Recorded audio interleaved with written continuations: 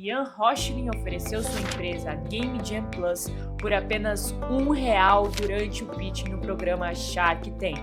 O que parecia uma loucura, na verdade, era uma jogada de mestre.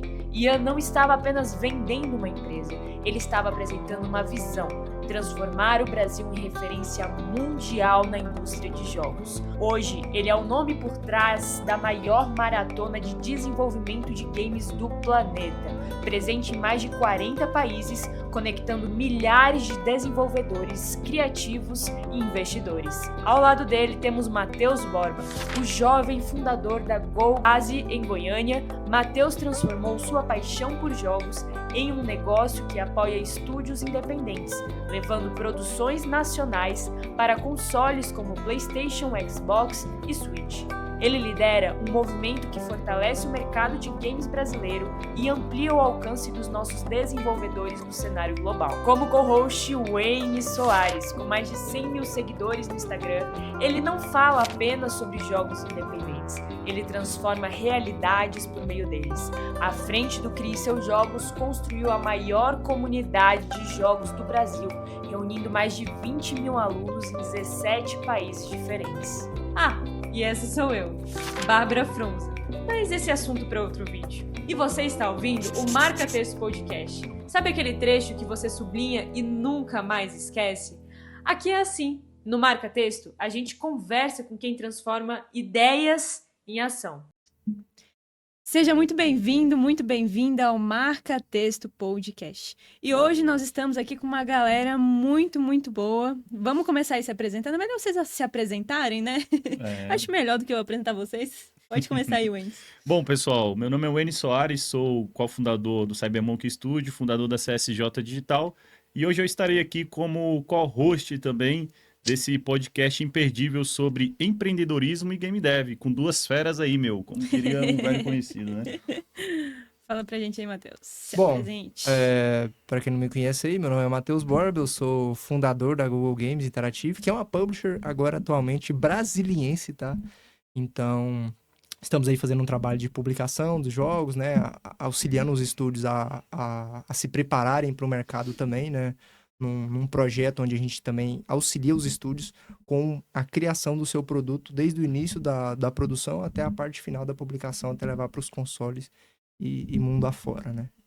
Legal. Tudo bem, pessoal? Obrigado pelo convite. Meu nome é Ian Rochlin, eu sou o fundador da Game Jam Plus, que hoje é a maior maratona competitiva de negócios de criação de jogos do mundo.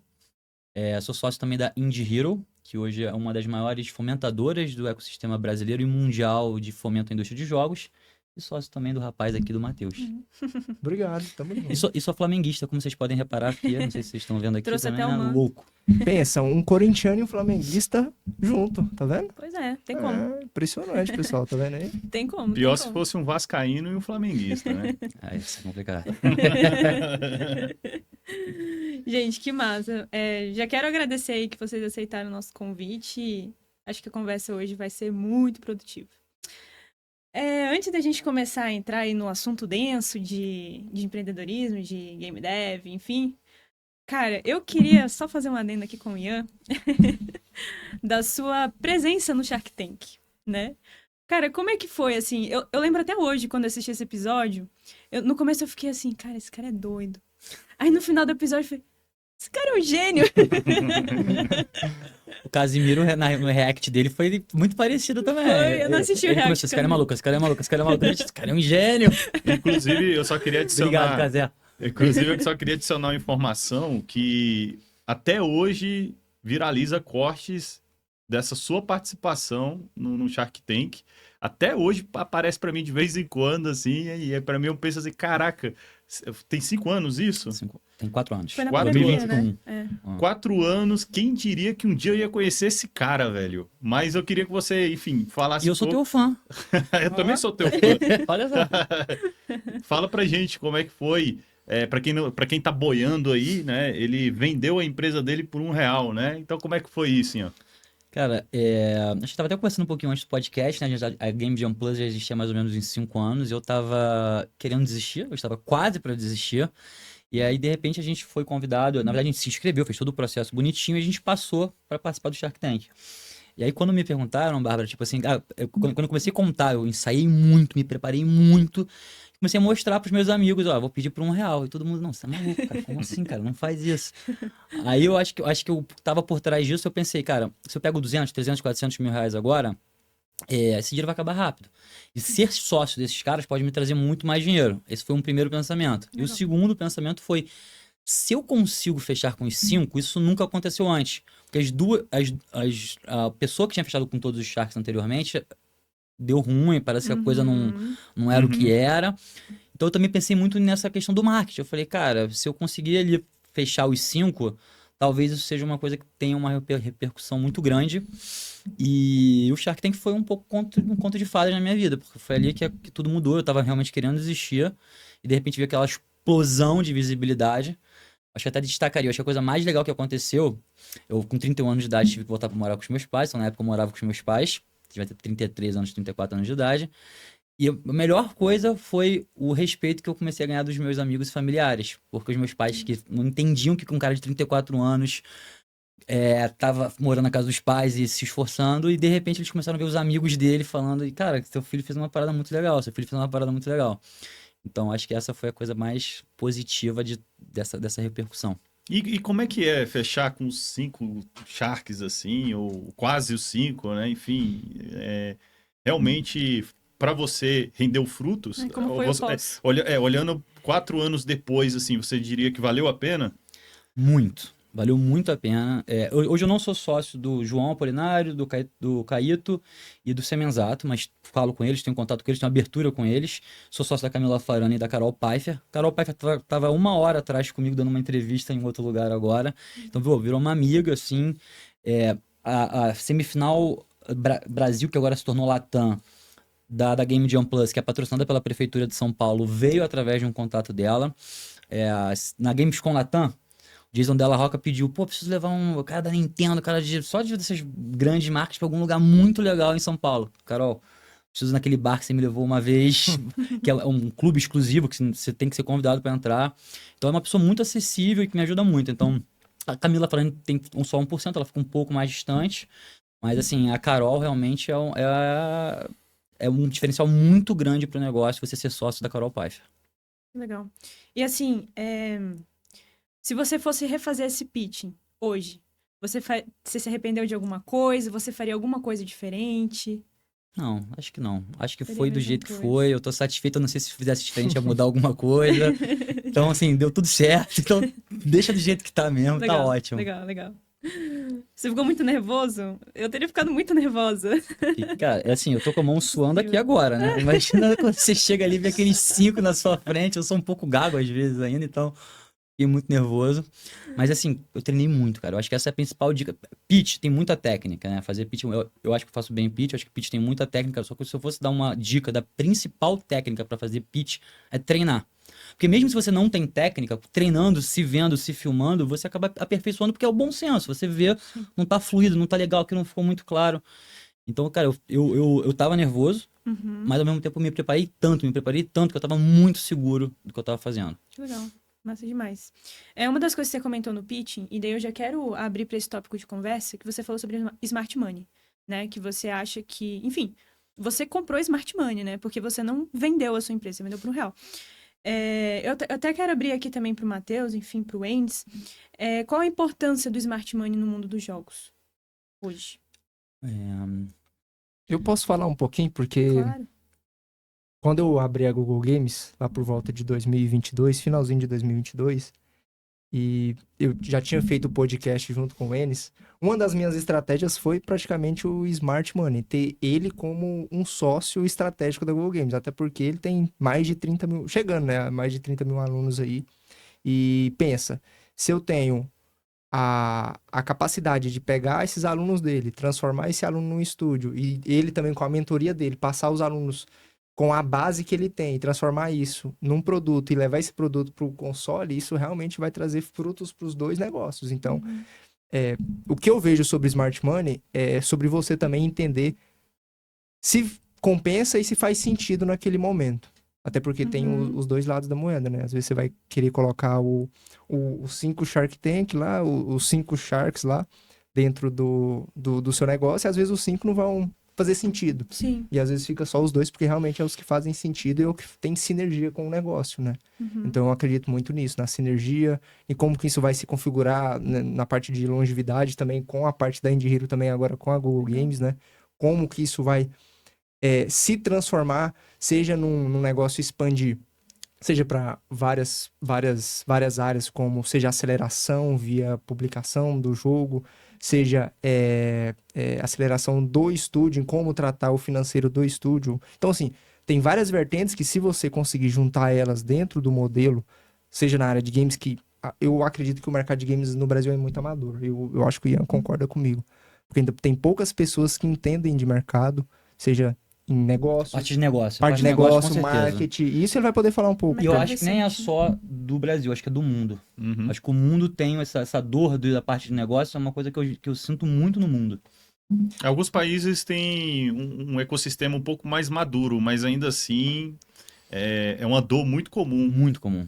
Então, às vezes, o cara tá ali fazendo marketing, ele não sabe que ele pode trabalhar dentro de um estúdio de games. Que é até o trabalho que a Indie Hero vem fazendo agora em conectar, né, universidades com empresas de games. Exatamente. Então, esse trabalho é um trabalho que demora, mas assim, você tá pegando um smart money por si só, porque você tá conectando, tá fazendo dinheiro e tá crescendo o mercado e tá trazendo pessoas estratégicas ao mesmo tempo. Eu acredito em não só em investidor, mas também em pessoas que são estratégicas para trazer como advogado. Tem Legal. poucos advogados especialistas no mercado de games, entendeu? Então não tem, é uma abertura.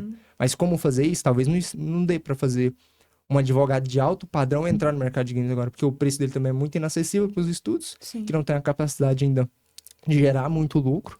Então, às vezes fica uma coisa assim, pô, mas o advogado que ganha ali 60 mil reais ali por mês em algumas causas vai entrar no mercado de games e vai ver que não é isso tudo nesse momento ainda, mas tem que ter um trabalho para iniciar. Então, por isso que eu acho muito interessante esse trabalho de você unir também universitários, né? A parte de educação para você, desde a fonte, tentar entrar com essas pessoas estratégicas dentro do mercado de games, que aí vai fazer muita diferença. Entendeu? E dinheiro acaba. Dinheiro Sim. acaba, assim, a Game Jam Plus tem quase 9 anos, eu empreendo há 13, 14 anos, e eu já tive várias vitórias, assim, né? Você fecha um patrocínio grande, a gente fechou com a Unicef, a gente já fechou com o Flamengo, a gente expandiu internacionalmente, e você vê que o dinheiro acaba. Então, o Smart Money, quando você tem uma pessoa que não traz um dinheiro só de uma vez, mas ela fica constantemente te trazendo oportunidades, a Carol, de novo, eu falei do lance da Prefeitura de São Paulo. No ambiente da Carol, eu conheci uma outra investida dela, que é uma empresa que estava muito mais madura do que a minha, a Vanessa Pires.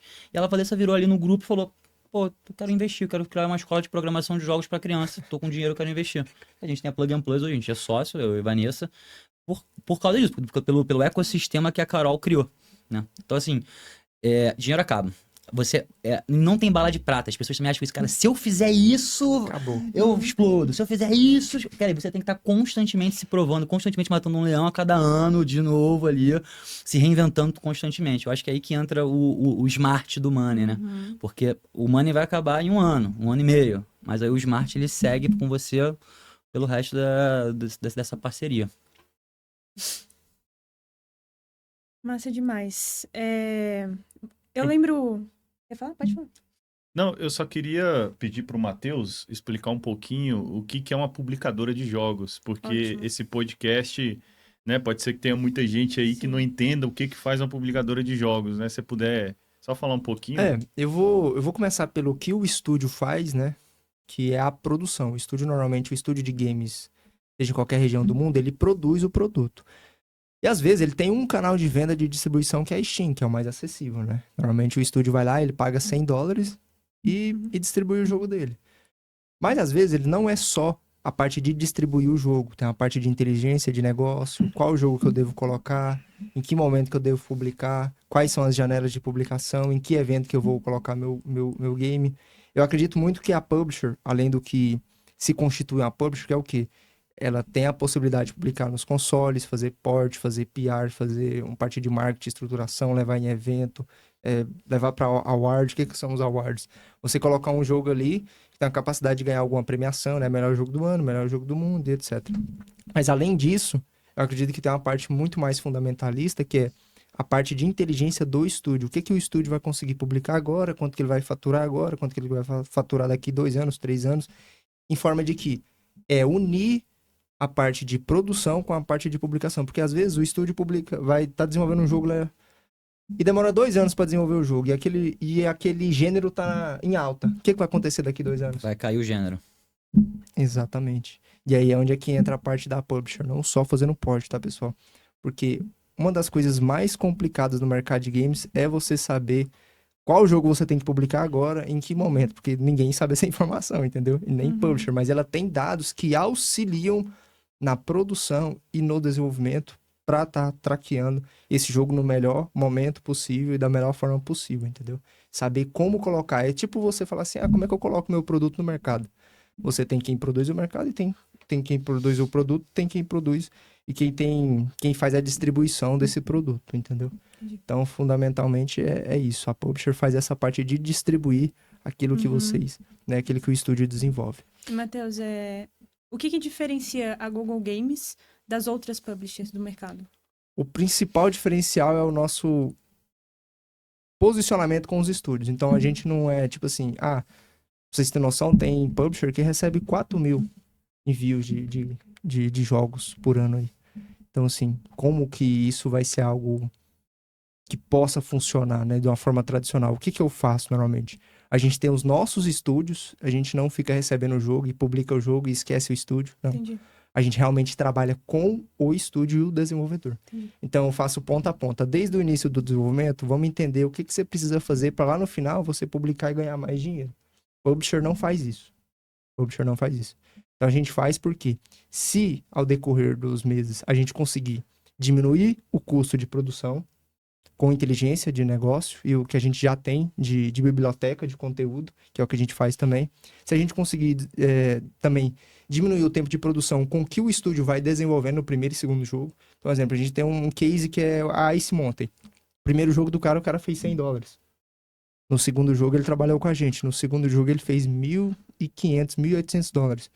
Então, já é um diferencial. Matheus, mas isso é pouco ainda. Mas ele publicou só na Steam. Então, dentro dessa segmentação, a gente conseguiu aumentar o faturamento dele com o posicionamento de diminuir o custo de produção, diminuir o tempo de desenvolvimento do produto e também a inteligência de mercado de saber qual o produto que ele tem que desenvolver daquele estúdio nichado. Então, a gente tem uns estúdios que são nichados e focados em certos produtos. E aí a gente interliga com estúdios maiores e estúdios menores. E a gente acaba vendendo mais também por si só. E outro diferencial em termos de Brasil é existir, né? Porque no Brasil tem tão poucas publishers. Só de existir. Só de existir. Só de ser uma publisher brasileira, acho que já tá um super diferencial aí. Eu consigo pensar em 3, assim, São 3. Pelo menos mais conhecidas. Sim. Não sei se tem alguma que esteja iniciando agora que a gente não sabe, né? Ou menorzinha, mas pelo menos 3, né? Que é nada, né? 3 para um país de 200 milhões de habitantes, não é 27 nada. estados. Inclusive de uma das principais que tem feito mais burburinho aí, da Nuntius, posso falar? Vou falar, o Jonathan aí, salve Jonathan. Parceiro. Jonathan é parceirão nosso e ele mesmo... Do Trajes Fatais? É. Pô, O eu entrei na indústria, o Jonathan é brother, pô. Pô, Assim, o Jonathan eu não conhece vejo ele há todo mundo muito do- tempo, mas enfim. A gente viu ele na Gamescom. O engraçado é que ele conhece todo mundo do Rio, velho. Eu fico de cara com isso. Aí a questão ele mesmo fala, não, cara, tem que ter mais publisher, não dá conta disso tudo aqui, não. Óbvio. É muito. É porque são muitos desenvolvedores, são muitos estúdios, é muita gente criando um jogo no Brasil, cara. Olha o tamanho do país. E aí entra naquele fator. Por que normalmente eles procuram? Porque eles querem expandir a distribuição para outros canais de venda, como Xbox, PlayStation, Nintendo Switch, e eles só conseguem publicar na Steam. Então eles ficam refém ali da Steam. Esse é entendeu? outro diferencial que a Google Games também tem muito grande. A Google Games tem mais de 100, quase 200 mil reais de dev kit também. Uma coisa muito cara. É difícil. Acho que a Nintendo, inclusive, não tá mais mandando pro Brasil. O Xbox tinha parado de Xbox mandar, agora- aí eles começaram a mandar outra versão, não tá mandando mais o Xbox One, né? Pelo que eu vi. Então esse também é um grande diferencial. Quais publishers têm quase 200 mil reais de dev kit? É investimento, né? Investimento, exatamente. E tecnologia também, né? A gente consegue fazer o port mais rápido também. né? Eu posso só pedir pra vocês explicarem o que é DevKit pra galera aí? É com um Bom, especialista aqui. É um hardware, só pra vocês entenderem. É como se você tivesse o seu videogame na sua casa, mas a gente tem ele desbloqueado. Tipo assim, nossa, Matheus, que isso, cara, que loucura, eu posso jogar qualquer jogo. Não, gente, a gente testa os nossos jogos. Eu não vou instalar um The Last of Us lá só porque eu quero. Mas dá vontade. Então, assim, é realmente um hardware separado, destravado, onde eu consigo instalar um jogo da minha máquina, que é o meu computador, né? E eu consegui instalar, fazer o teste, mandar para a empresa, eles fazem a certificação e aí... Empresa é Nintendo, Xbox, PlayStation, Microsoft, exato. no caso, só para as pessoas, Exato. né? E aí a gente consegue fazer essa publicação do jogo. Então o DevKit é essencial para você publicar o jogo. Sem ele é impossível você testar. Que é realmente um videogame. Só que ele é 2 vezes mais caro, entendeu? Então, pra vocês terem noção, o DevKit do PlayStation 5 custa em torno de $2.000 a $3.000 ali, tá? E ainda você tem que ir lá buscar. Salve o nosso amigo Enes, que foi lá nos Estados Unidos. Fez o maior trampo para buscar Foi. o DevKit do PlayStation Foi. 5, né? Passou na Receita Federal. Foi, deu tudo certo. Tudo certo. Deu tudo certo, mas foi sofrimento, viu, bicho? Você tá doido. Então, pra vocês verem, olha o que a gente passa, cara. É. Tipo assim, imagina, se toda publisher tem que passar por isso, imagina um desenvolvedor, então, um cara que desenvolve da própria casa, sei lá, poucas pessoas na equipe. Não tem como ir nos Estados Unidos buscar um dev kit desse, entendeu? Não, e a realidade do Brasil é que, cara, a maioria dos estudos nunca faturaram mais de $5.000. Isso também é até na Steam, né? A maioria dos estudos não faturou mais de $5.000. entendeu? Exatamente. Então, se torna algo inacessível, infelizmente, porque é um recurso a mais de faturamento para o desenvolvedor. Se ele, de repente, tivesse acesso a, sei lá, claro, para você poder publicar na loja do console, você tem que ter aprovação do console. Mas Exato. vamos supor que o grande problema fosse o dev kit, né? Que a aprovação fosse fácil. Ainda assim, seria um grande empecilho. Teria essa grande barreira, né? Do equipamento, do custo, E um fator muito importante é quanto custa para portar um jogo, entendeu? que ainda tem isso, porque você Exato. pega o jogo e você ainda tem o trabalho de fazer ele funcionar no console. Aí tem outra coisa. Ah, Matheus, eu quero fazer o port eu mesmo sozinho. Beleza, você vai demorar 6 meses para você aprender isso. Você quer realmente que seu produto demore 6 meses para ser lançado? Daqui 6 meses, o que vai acontecer? E se um dev lança em 6 meses, a Google Games lança em quanto? A gente lança em 1 mês, a gente faz o port em 1 mês. Essa é a diferença da experiência que a gente tem em relação aos outros. Exatamente. Legal. Quer dizer, em relação aos outros não, em relação a alguém que não tem esse É, know-how exato. de porte. Sim. Know-how de port. Legal. Eu também queria entrar no assunto que no último podcast a gente estava conversando com o Endes, que a indústria de jogos é a maior do entretenimento, né? A maior indústria do entretenimento. E você comentou no Shark Tank que é uma indústria que ela, pelo menos naquela época, eu já não sei como tá hoje, mas ela é monopolizada, tipo, apenas grandes empresas, acho que 15 que você comentou Na no época eram mundo. 25 a 80% do faturamento. Pois é, no mundo que dominava esse mercado. Como que tá hoje isso? É algo muito parecido, né? Eu não vi, Mudou não muita vi coisa, estatísticas muito recentes, pra ser bem sincero, mas assim, pelo que a gente ouve falar, é algo muito próximo a essa realidade, um mercado altamente concentrado. E um mercado altamente concentrado, existem outras indústrias também, uma petrolífera também altamente concentrada, etc. Uhum. Só que a gente teve uma democratização no processo de produção nos últimos 10, 15 anos gigantescos. Hoje você tem laptops que uma criança de 16 anos de idade consegue sozinha na casa fazer um jogo e vender no Japão. Sim. Então, acho que agora é realmente a gente conseguir fazer com que essas pessoas tenham uma mentalidade de qualquer outro produto. Eu falo muito isso, às vezes as pessoas ficam, não, pô, vai vender no Natal e vai concorrer contra a Nintendo, vários lançamentos. Sim, mas se você entender que o teu jogo também concorre, um jogo de R$50, R$70 vai concorrer contra um presente, uma camisa, uma roupa, porque a mãe pode dar para um filho ou para uma filha, pode dar uma camisa ou pode dar um jogo. Então, eu acho que tem muito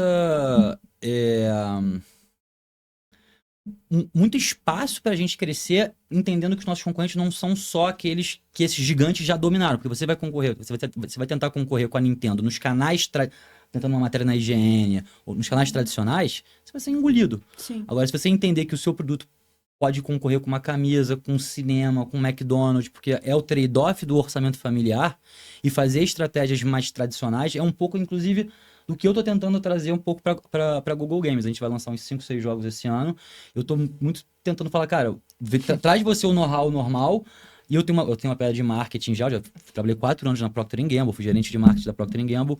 Então eu falei, cara, eu vou tentar pensar estratégias fora da caixa, estratégias que estão mais ligadas aos produtos, digamos, tradicionais, pra gente competir pelo orçamento dessa galera.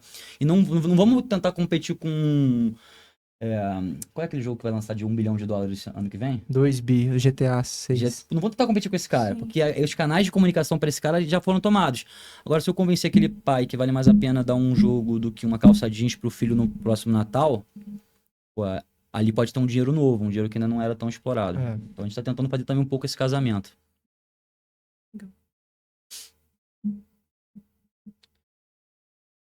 Posso? Pode, claro, com certeza. Tá. Exatamente. Eu queria que vocês falassem sobre como e por que vocês se tornaram sócios, para a galera entender. Legal. Porque o Ian tem uma empresa de Game Jam, que eu acho que inclusive é bom você falar o que é uma Game Jam também, né? A gente não abordou porque, enfim, verdade. a gente partiu do pressuposto que as pessoas entenderam. a Que diferença, acaba enfim. que eu já tô acostumado com com essa linguagem técnica. E o Matheus tem uma empresa de publicadora de jogos, igual a gente estava falando, onde pega os jogos, coloca nos consoles e tudo mais, faz todo um trabalho com o estúdio, né? Ajuda o desenvolvedor a se amadurecer. Mas eu queria que você explicasse o que é uma Game Jam e explicasse também o porquê que vocês se uniram. Uma Game Jam é uma maratona de desenvolvimento de jogos. Tipo um hackathon. Hackathon geralmente começa na sexta-feira, termina no domingo, você junta um programador de pessoas ligadas a tecnologias, naquele final de semana eles desenvolvem algum tipo de produto. No caso de uma Game Jam, um jogo. Então isso é uma Game Jam. A gente começou como uma Game Jam, crescendo, chegamos em 20 países do mundo quando a gente foi no Shark Tank. E a forma que repercutiu o programa deu muita credibilidade pra gente como pessoas que tinham know-how em se comunicar com a indústria de jogos, com os desenvolvedores. E aí a gente criou a Indie Hero. Na verdade, quando eu vendi 25% por R$1, a Juliana estava até comentando isso ontem, eu não vendi 25% por R$1 da Game Jam Plus, eu vendi 25% por R$1 de uma ideia. A Indie Hero, que a Camila Farani e a Carol Pfeiffer são sócias, elas não existiam. A criação do CNPJ, se você for ver, é Olha só. posterior ao programa. Isso, as pessoas mas você deu 25%. Gente, eu não dei 25% da minha empresa. Eu dei 25% de uma ideia. E eles compraram essa ideia. Então a gente começou a ser um fomentador, a gente começou a ser contratado para fazer trilhas de capacitação para Sebrae, para secretarias de educação, de ciência e tecnologia. Começamos a ser contratado por empresas internacionais, tipo a Crazy Games, Gameforge, para fazer Game Jams. Então a gente começou a se estabelecer mais como um player relevante do mercado. E o Matheus, acho que você lembra como a gente se conheceu? Eu tinha entrado como organizador você é da organizador Game Jam de Plus, Goiânia, é 6 verdade. meses antes dele participar do Shark Tank. Aí a gente tava conversando e tal. Então você conheceu quando tudo era mato. Não, conheci como tudo era mal. Conheci como tudo era mal. Ele já queria ser sócio antes do Shark Tank. E eu Com falei- respeito por esse E eu falei rapaz. pra ele, eu falei, quero ser sócio da Game Jam Plus. Muito antes, porque eu já tinha uma visão de que a Game Jam Plus não tinha um canal de distribuição do produto que ela produzia. Perfeito. Eu já tinha essa visão, entendeu? Ou seja, em outras palavras, a galera faz jogos pela Game Jam Plus, mas não tem onde colocar os jogos, ou pelo menos não tem como distribuir, ou não tinha, né? Essa é a próxima E parte. essa foi uma pergunta que, inclusive, um Shark fez pra ele. Para ter o Blockbuster, foi semi-exato. E eu acho que esse é o próximo passo, não só da Game Jam Plus, mas também da Indie Hero. A gente quer estar mais em lançamento, por isso essa parceria, essa sociedade com a Google Games. Mas a Game Jam Plus também, que geralmente é mais para pessoas mais iniciantes, é para desenvolvedores um pouco mais iniciantes. A gente também quer tentar ter uma continuação, porque, cara, essa edição, 3.500 desenvolvedores de jogos, em suas mais diferentes habilidades, em 38 países, 81 cidades do mundo. 8 meses depois, não é possível que não tenha um ou outro jogo ali muito legal. E a gente tem que tentar fazer, cara, como é que a gente faz o campeão do mundo? Será que a gente não consegue lançar o campeão do mundo? Um jogo que já tem toda essa publicidade, que já passou por todo esse crivo ao longo de 8 meses. Então, eu acho que também a gente também tá junto um pouco, tipo, cara, quais são os próximos passos? Acho que esse mercado de Game Jams aqui, a gente já tá muito bem posicionado. Como é que a gente vai além? Eu acho que a Google Games, ela chega nessa visão do ir além, do próximo passo de uma Game Jam ou de uma coisa um pouco mais inicial. Perfeito, perfeito. Legal. Vocês estão juntos na Google Games? É. Ah, legal. Massa demais. Outra coisa que eu também fiquei na dúvida, vocês até comentaram no começo que aqui no Brasil ainda está em fase muito inicial de desenvolvimento, né? O mercado de games. Mas existe eu acho algum que jeito sim. brasileiro, assim, dentro desse mercado, que diferencia, assim, de outros mercados, do mercado de games em outros países? Eu acredito que uma das coisas mais ricas que a gente tem é a nossa cultura, entendeu? E os jogos que mais têm feito sucesso são jogos que estão relacionados à cultura, inclusive. Você pode ver o Gaúcho Grassland, lá do Sul, que é do Ivan, da Epopeia. Da Epopeia, que é uma muito publisher, bom. Então, inclusive. isso é um diferencial, tá? Eu acredito muito. O jogo do Enes também traz uma marca muito autêntica. Eu gosto disso. O Hellclock. Mas o jogo do Enes tem cultura brasileira Não, forte? mas Não, né? tem culturas misturadas. Tá. Tem culturas. Tem, mas está misturado com outras também. Tá. Tem cultura brasileira, mexicana, japonesa, Entendeu? chinesa. Então, isso, pra mim, é um diferencial que Lá fora não tem, tá? Diferencial muito grande. A América Latina como um todo, não só o Brasil. Se você pegar o Latin Game Showcase, que é aquele evento que eu te apresentei, você vai ver que os jogos, culturalmente, eles são muito ricos. Eles têm muita diversidade, muita coisa que você não vai ver em outros jogos. E falando em jogos latinos no geral, incluindo o Brasil, mas expandindo um pouco mais aí para América Latina, nesse evento mesmo, eu vejo muito jogo contando lendas, histórias locais, que assim, a gente imagina, pô, jogo de índio, Não, são lendas um pouco mais profundas, histórias mais profundas, muito interessantes, inclusive, né? E, enfim, só fazendo um comentário sobre como a galera tem explorado o lado cultural, né? E teve um fator que ajudou muito. A qualidade dos produtos no Brasil subiu muito. Então, antigamente o pessoal ia fazer jogo de cultura, não era aquela coisa que chamava tanta atenção. Hoje a gente tem jogos igual o Hell Clock, que tá saindo aí, inclusive. É um jogo muito similar a Hades, que é um jogo que vendeu muito, fez muita fama. E trouxe uma cultura do Nordeste, que, tipo, e conseguiu assimilar, porque eles aprenderam a como usar isso. Isso. Um outro jogo também daqui de Brasília que faz isso muito bem é o Lendas. Exatamente. Que faz muito bem isso. Eu conversei com... Não sei com quem eu conversei sobre esse assunto esses dias.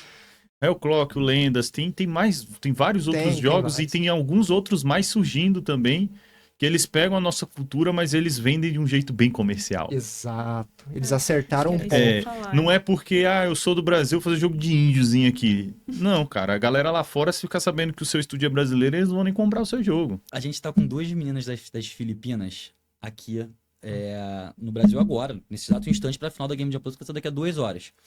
E elas voltam pela França. Elas vieram pela Amsterdã, Manila, Amsterdã, São Paulo, Brasília, e voltam por Paris para Manila. E elas estão sem visto. E eu tô, tipo, a gente tá, que eu tava hoje, quase na embaixada, o João Derres deve estar agora, do meu time deve estar lá na embaixada agora francesa pra falar, cara, libera o visto. E eu tô, tipo assim, falando, olha só, isso vai dar merda. A gente tá fazendo toda a minha parte, eu fui hoje no Itamaraty e falei, cara, isso vai dar merda, você vai deixar 2 meninas das Filipinas presas no Brasil, porque não tem um visto pra ir. E eu tô, tipo assim, eu vou deixar dar merda. Eu vou botar elas num puto hotel, vou dar todo suporte pra elas, mas eu não vou, tipo assim, eu não vou... na verdade, não tem nem o que eu possa fazer, porque eu não vou levar elas... A questão é que não tem o que você possa fazer. Não tem o que eu possa fazer. Mas eu já tô vendo o seguinte, cara, vocês vão trazer uma visibilidade pra gente de bobeira. Porque isso aqui é o tipo de assunto que explode. A Game Jam Plus não tem essa repercussão Brasil, ela é muito nichada na nossa indústria de jogos. E eu tô vendo essa matéria tá no Fantástico no domingo. Filipinas vêm para uma competição mundial e não conseguem voltar para casa porque o governo da França não deu o visto.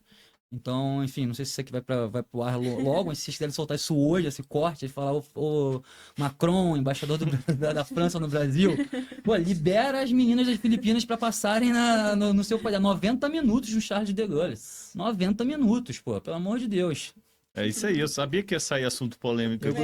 Eu gostei muito bom.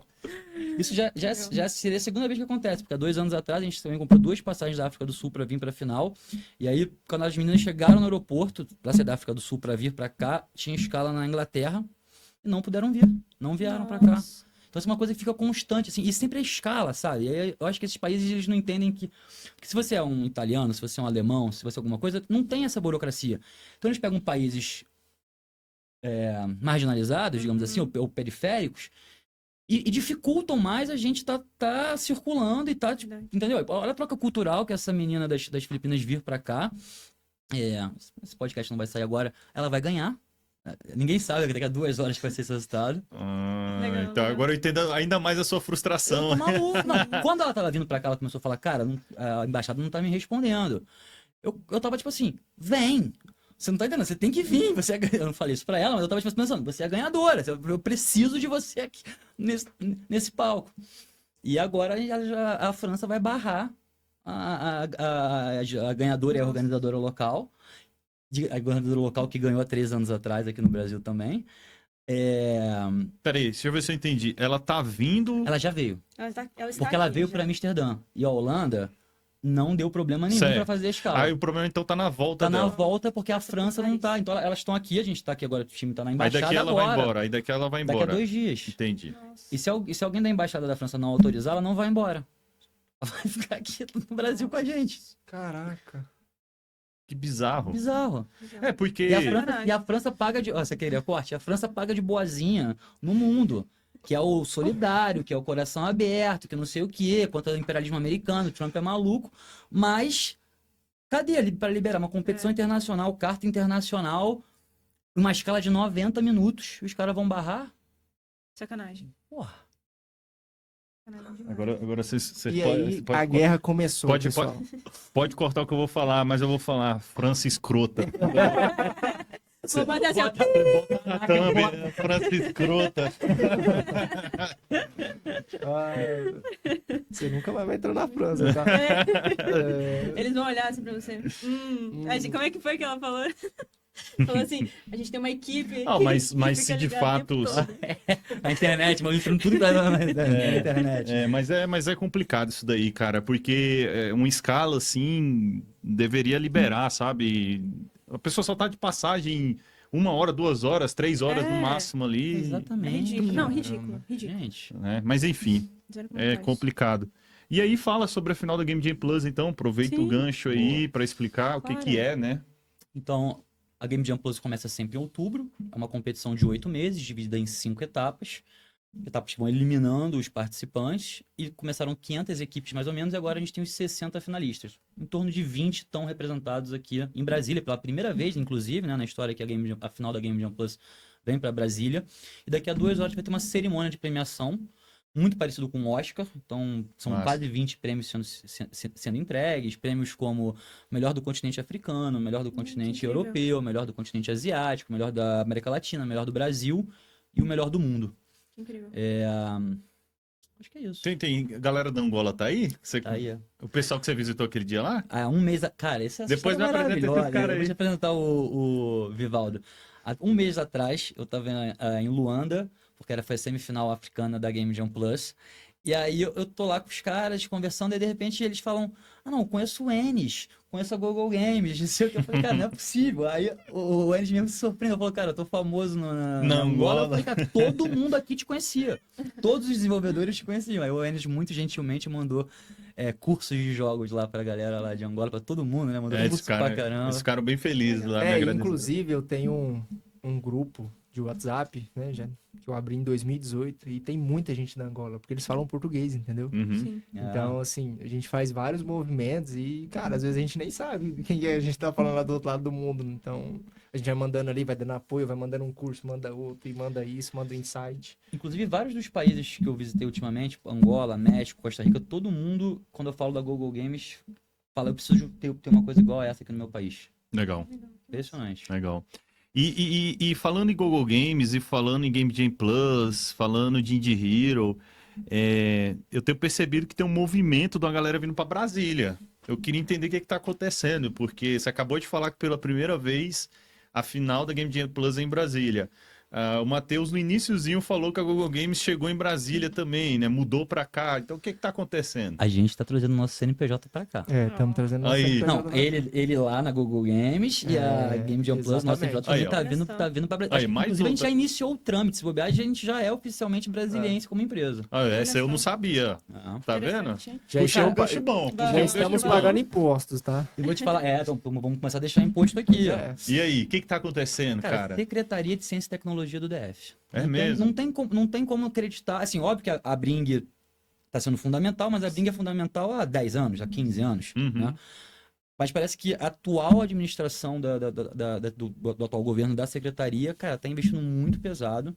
Então criou o hub lá de games, que eu acho que hoje em dia é o único hub físico para desenvolvimento de jogos no Brasil, se eu não me engano. Sim, Não sim. conheço. Tem a Arena Gamer no Rio, mas é para mais para esportes, etc. Pelo menos um lugar bem democrático, né? Pra galera que não sabe, qualquer um que é de Brasília pode ir lá visitar e ver os estúdios que estão lá dentro. É super aberto, super acessível. Pô, Game Jam Plus vindo pra cá, então eu acho que tá 100% atrelado a uma vontade política da ciência e tecnologia, que eu acredito que é querer diversificar um pouco a economia da cidade, né? Porque achei muito voltada pro público. Você né? acha que eles entenderam o potencial do mercado de jogos? Eu acho. Porque muitos estados, muitos políticos, né?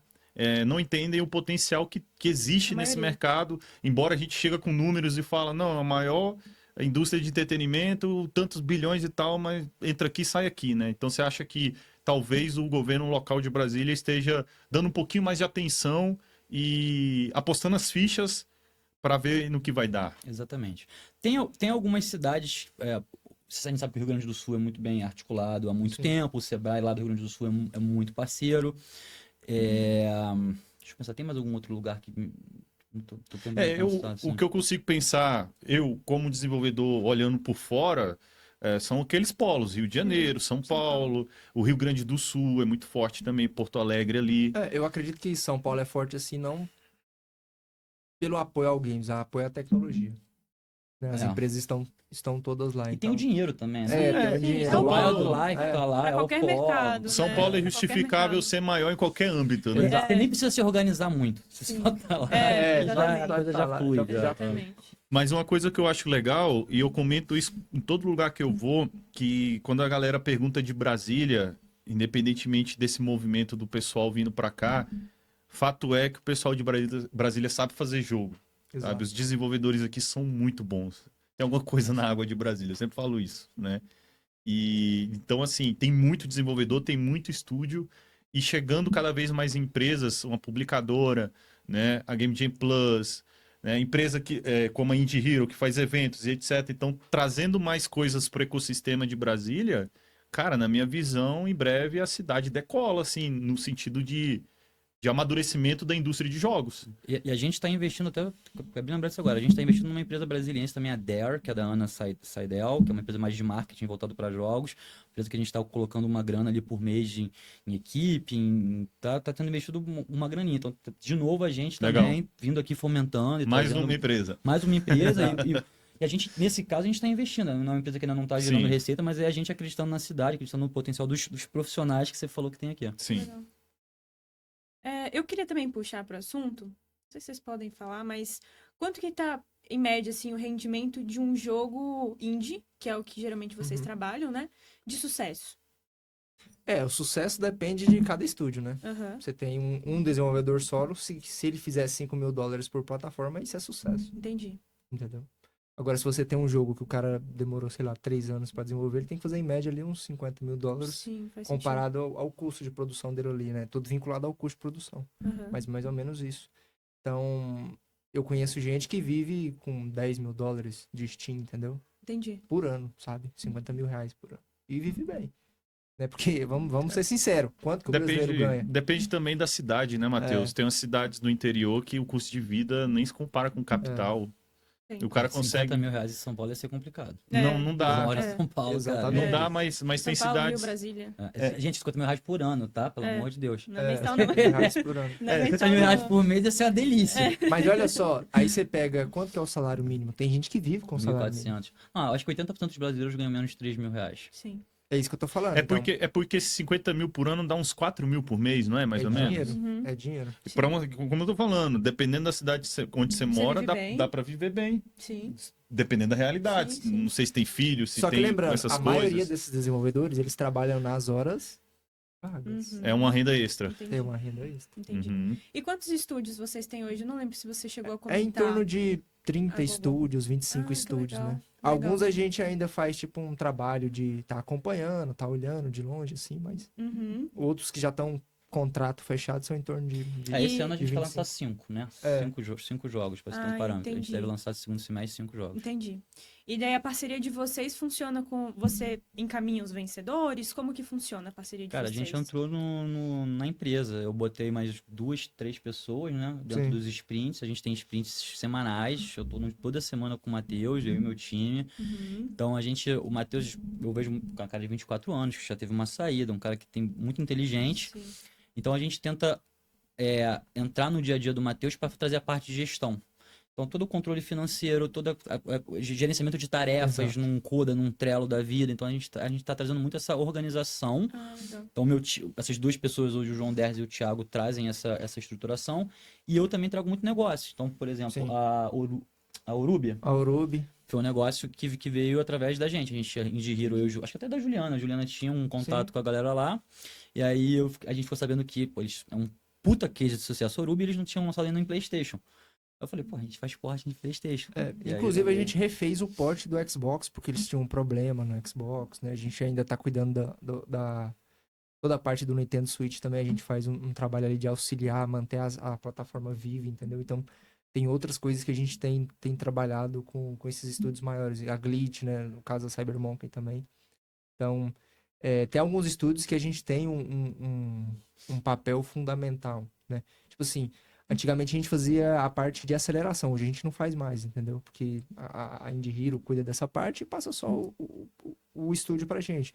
A CSJ Academy também. Quando o Enes tem um case na mentoria dele, ele passa pra gente, entendeu? Então, hoje em dia, a gente também tá bem privado em questão de adicionar mais estúdios. Entendi. A gente realmente só tá colocando quem... Vocês acreditam mesmo, assim.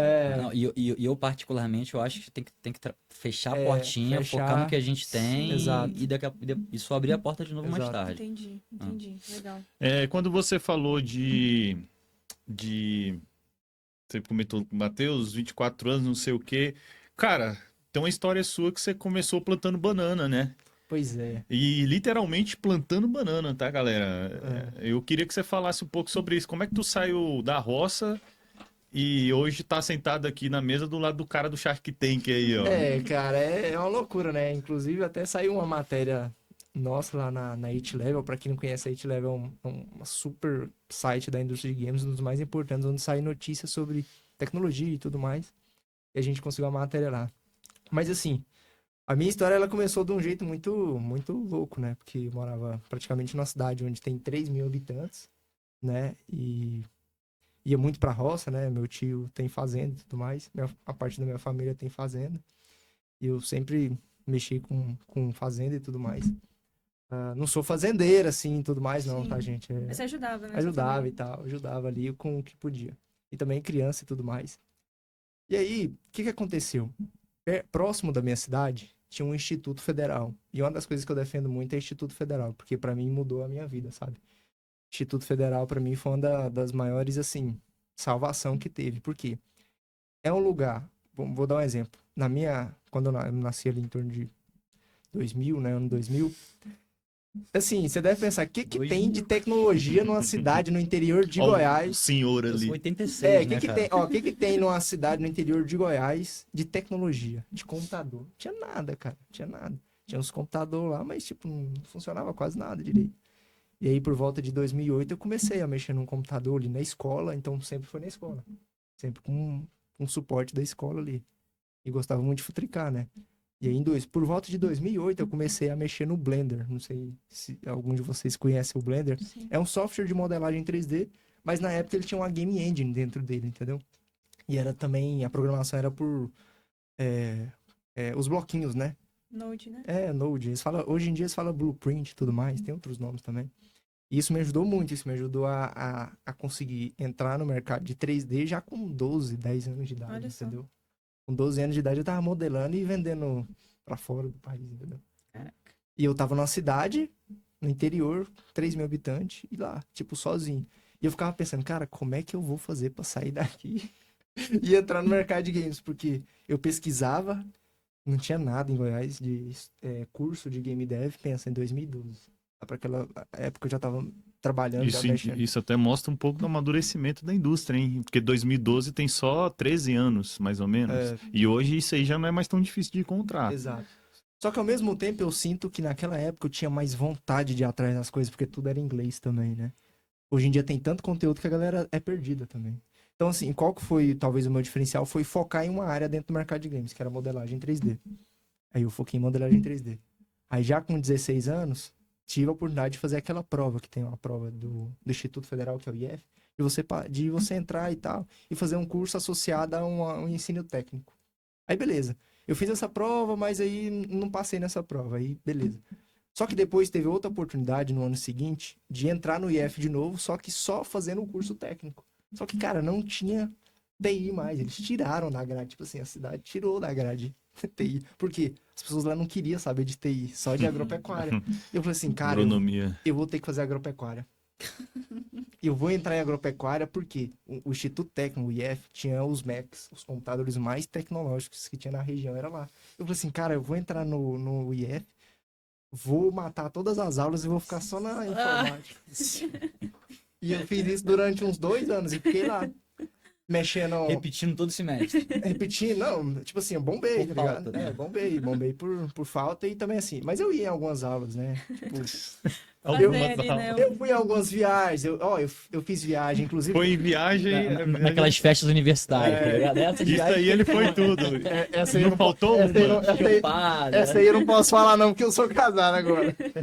Mas, assim, eu ia em viagem, cara, que assim, eu ia numa fazenda de abacaxi, entendeu? Tipo, eu ia entender como é que funcionava a plantação do abacaxi.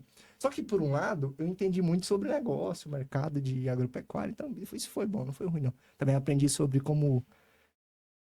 sobre mecânica também, então isso valeu a pena, não vou mentir, não. Mas eu aproveitei muito o IF, o Instituto Federal, porque tinha professor de informática lá, programação, tinha livro, eu peguei todos os livros da biblioteca de C Sharp, C++, Android Studio, na época a gente usava Android Studio, para quem não sabe, hoje em dia usa só o Visual Code mesmo, ou o Visual Studio e tá bom, já consegue desenvolver a aplicação lá, mas naquela época eu usava Android Studio e Eclipse, não sei se já ouviram falar do Eclipse, era também uma ferramenta que convertiu Já criei uns joguinhos aí de Exato. brincadeira.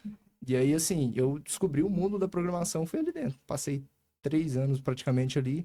E aí, a partir disso, quando eu tava com 17, 18 anos, eu mudei pra Goiânia sozinho. Falei, não, saí de casa aqui, chega. Juntei uma grana lá. Trabalhei num pit dog lá, inclusive, de garçom lá. Fiz uma grana lá e mudei pra Goiânia. Aí eu fui morar na casa de uns parentes aí, de favor, e lavava as roupas deles e tudo mais. Trabalhava lá, né? E aí, cara, acabei entrando num curso técnico de game design. Game dev, game design. E aí era numa escola chamada MCTech, lá em Goiânia. Cara, a galera ficava meio besta, porque, cara, como é que os caras podem saber tanto? Tinha dia que eu dava aula pra turma, pra vocês terem noção. No curso técnico de game dev. Porque quando você vai fazer esses cursos técnicos de game design, tem modelagem, tem programação, tem... E aí modelagem eu manjava muito, né? E aí foi assim. E aí tinha um concurso de modelagem 3D. Acabei ficando em segundo lugar. A galera falou assim: caraca, o cara tá 2 meses aqui, já sabe modelar no ZBrush e tudo mais. E a partir disso aí eu acabei conhecendo um professor. A gente abriu uma empresa junto e tudo mais. E aí a partir disso veio a minha primeira empresa. A gente prestava serviço, fazia jogo também. Fazia coisa de outsource, né, para outras empresas, coisa de marketing. Eu editava muito vídeo. Ganhei muito dinheiro editando vídeo. Minha fonte de renda principal durante muito tempo foi edição de vídeo. Olha só. E aí eu misturava um pouco de Legal. 3D com After Effects, né? E o Adobe Premiere. Então eu fazia muito isso, porque era algo que, se você soubesse fazer na época de 2019, 2020, você ganhava muita grana, entendeu? Uhum. E aí, a partir disso, eu tive a oportunidade da gente ter um investimento na empresa de games que a gente estava, num jogo nosso, que tinha acabado de pegar o Epic Mega Grants também ali por volta de 2020. E a partir disso, a gente recebeu investimento. Eu entrei numa tipo, uma hold de várias outras empresas. Tinha agência de marketing, tinha sistema de gestão, de farmácia. Assim, muita gente rica, sabe? E aí, a partir disso, eu acabei me envolvendo muito com o mercado financeiro, entendeu? Mercado de investimento, bolsa de valores. E aí eu fui realmente aprendendo como que funciona a gestão de empresa, né? Toda a parte de contabilidade ali, você não precisa saber como abre uma empresa, mas é bom Sim, saber o mínimo, O né? básico. entender Poder pelo delegar, menos. né? Mas foi aí que eu aprendi realmente a gerir um negócio, foi nessa agência de marketing e nessas outras empresas que eu trabalhei. E é isso. Aí a Caramba. partir disso eu falei assim, cara, eu vou abrir a Google Games. Uhum. E aí foi quando eu realmente convidei o Enes pra poder fazer parte. Que legal. Você tá com quantos anos agora? 24, vou fazer 25 em outubro. A gente tem idade parecida. Eu tenho 23. Então pronto. Eu também saí de casa com 17 anos. E você também vai abrir uma publisher? Vai. Não. Concorrente aqui, gente. Ó, concorrente, tá? Publisher Corte. animada. Publisher animada. Animada. Só com os animados. É, só pessoas animadas. Vai ser o pré-requisito. Oi? Você anotou? A gente tem perguntas especiais aqui, perguntas muito animadas. Perguntas animadas. Pro Matheus, pergunta. Como os desenvolvedores financiam seus jogos? Se é na raça mesmo ou se eles buscam financiamento de alguma forma? Normalmente é igual eu falei pra vocês no início. Eles têm um próprio emprego, isso é 80% do mercado, tá? Tá. Eles têm o próprio serviço deles, o próprio emprego ou outra empresa e financiam si próprio, entendeu? Faz na horas vagas ali mesmo. Que é muito mais interessante, tá? Nessa área artística, você realmente fazer a parte, fazer a validação, testar e aí, ó, sentiu que vai dar certo? Uhum, faz o mínimo possível, né? Exato, faz o mínimo possível e você... Como qualquer outro negócio, vou abrir uma lojinha de roupa. Faz no seu período ali que você consegue, só que não abre nada físico, faz em casa, vende pela internet e pronto. Ótimo. Eu tô fazendo, assim, tipo um bate-volta. Sabe aqueles programas de Miss? Ah, Quando eu fiz contigo a primeira vez, eu falei, cara, isso aqui ficou parecendo programa de Miss. Mas eu gostei, eu achei que ficou legal. Sabe um brega legal? É tipo assim, ó, eu vou te fazer uma pergunta e você me dá uma resposta rápida, assim. tá. Deixa eu só abrir aqui minhas perguntas. E daí depois eu vou fazer com o Ian, se der tempo dele voltar. Vamos lá, então. Preparados? Yes. Um jogo. I Hate in Time. Um livro. Criatividade S.A. A gente até trouxe, tá aqui no cenário. ó. Legal. Um erro que virou acerto. Abri a Google Games. Tá. Que não era pra ser uma publisher, era pra ser uma empresa de consultoria, praticamente. Aham. Olha só. Um conselho clichê que se provou verdade. Hum. Olha, eu não... Um conselho clichê que se tornou verdade. Sabe essas frases tipo de coach, assim, que você fala assim, ah, que preguiça disso aí no fim das contas meio que é, sabe? Olha, eu acho que é não confiar em todo mundo, né? Eu acho que é praticamente isso. Não sei se é tão clichê assim, né? Aham, Mas aham. eu acho que tá dentro Tá disso. dentro, tá dentro. Sei Tá lá. dentro. Não confia em Sei lá, não sei. Viu, crianças? Não confia em todo mundo. Não sei se é tão clichê. Não entre em carro de Não, estranho. entre em carro de estranho. Não aceite doce. Aceite doce. Ah, tá. Deixa eu só finalizar aqui. E o que é sucesso pra você?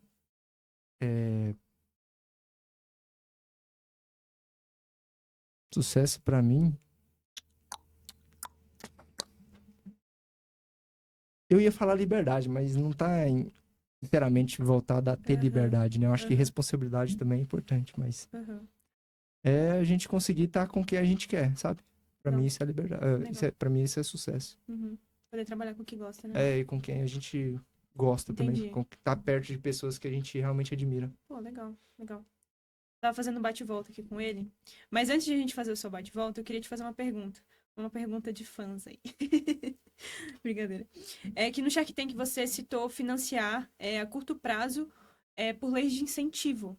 Você faz isso até hoje? Você realmente fez? Você acha que os Sharks, eles te ajudaram com isso? De fato? Não, com isso especificamente não. Não, isso especificamente eu faço muito isso, assim, a gente levanta muito dinheiro voltado de lei de incentivo, ISS do Rio de Janeiro, etc.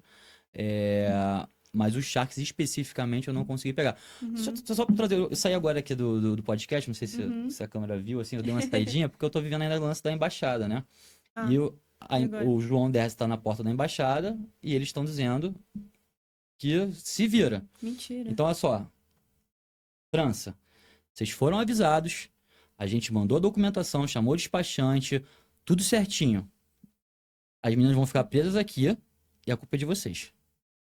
Vai dar merda e a culpa é de vocês. Caraca, velho. Desculpa, né? Não, sim, Eu tô tranquilo. querendo deixar isso registrado, porque Sim, depois, quando sim, explodir com a bomba, certeza. assim, Foi avisado. ligamos pro consulado, eu passei no consulado da França semana passada, estamos na embaixada, contratamos despachantes, as meninas antes de virem mandaram a documentação, então assim, uma escala de 90 minutos, vocês estão achando que, deixa, vai dar dor de cabeça. Se fosse um bilionário, eu duvido que vocês não teriam rapidinho um embaixador ligando para um amiguinho para liberar um vistozinho de 90 minutos. Diga-se, é um absurdo a França e a Inglaterra ficarem barrando brasileiros, asiáticos de fazer 90 minutos de escala. Isso só cria mais dificuldades. A Game Jam Plus é um evento de empoderamento profissional das pessoas, forte em países periféricos, e vocês estão impedindo a circulação dessas pessoas buscarem suas oportunidades. por uma autorização boba. Vocês foram avisados e vocês decidiram ligar o foda-se porque vocês acham que não vai dar em nada. Se o Fantástico Jornal Nacional bater na minha porta, eu vou pegar e vou falar, ó, tá aqui toda a documentação, eles que não quiseram liberar. Desculpe o desabafo. Sim, sim. Não, é importante. Acho que é um tópico muito importante, sim, de abordar. Mas essa questão de incentivo, você tem feito sem Shark mesmo. Porque existe, por exemplo, a Lei Rouanet. Que a Lei Rouanet você vai atrás de empresas, enfim. Então, é importante você ter bons contatos, né? Para conseguir esse tipo de incentivo. Essa vocês também participam? A gente já se inscreveu, nos inscrevemos, mas Rouanet a gente nunca conseguiu captar. Ah, tá. Porque é muito difícil chegar nas empresas. Isso também tem que dar um outro corte, dar uma outra polêmica. Porque hoje o mercado... A lei de incentivos, elas são muito boas. O motivo delas, o propósito delas é muito bom. Só que a realidade delas hoje em dia são leis altamente concentradas na mão de grandes players. Então, sei lá, eu não tenho uma estatística exata disso, mas eu chutaria que 80%, 90% dessas leis vão para grandes projetos. Então, você não consegue democratizar esses projetos direito. Então, assim, a gente está há 9 anos, a gente é uma competição internacional em tanto, sei lá, quantos países, 40 países do mundo, e a gente nunca na nossa vida conseguiu captar via Rouanet para o nosso projeto. Olha só. Complicadíssimo, hein? Eu tava fazendo com o Matheus um bate-bola final, né? Pra gente já finalizar. Eu vou fazer perguntas pra você e você faz uma resposta rápida. É tipo Miss, mas é divertido, vai. Então vamos lá, um jogo. Antigamente Mario Kart e hoje em dia eu jogo muito Clash Royale. Legal. Olha que moderno. Né? Eu não esperava Clash Royale. Muito, eu sou viciado. Ô, louco. Não pergunta o time de futebol, pelo amor de Deus. Não, esse a gente já Pergunta sabe. isso não. Quero fazer de novo, tô com A inveja. gente já sabe, tô com inveja. Um livro.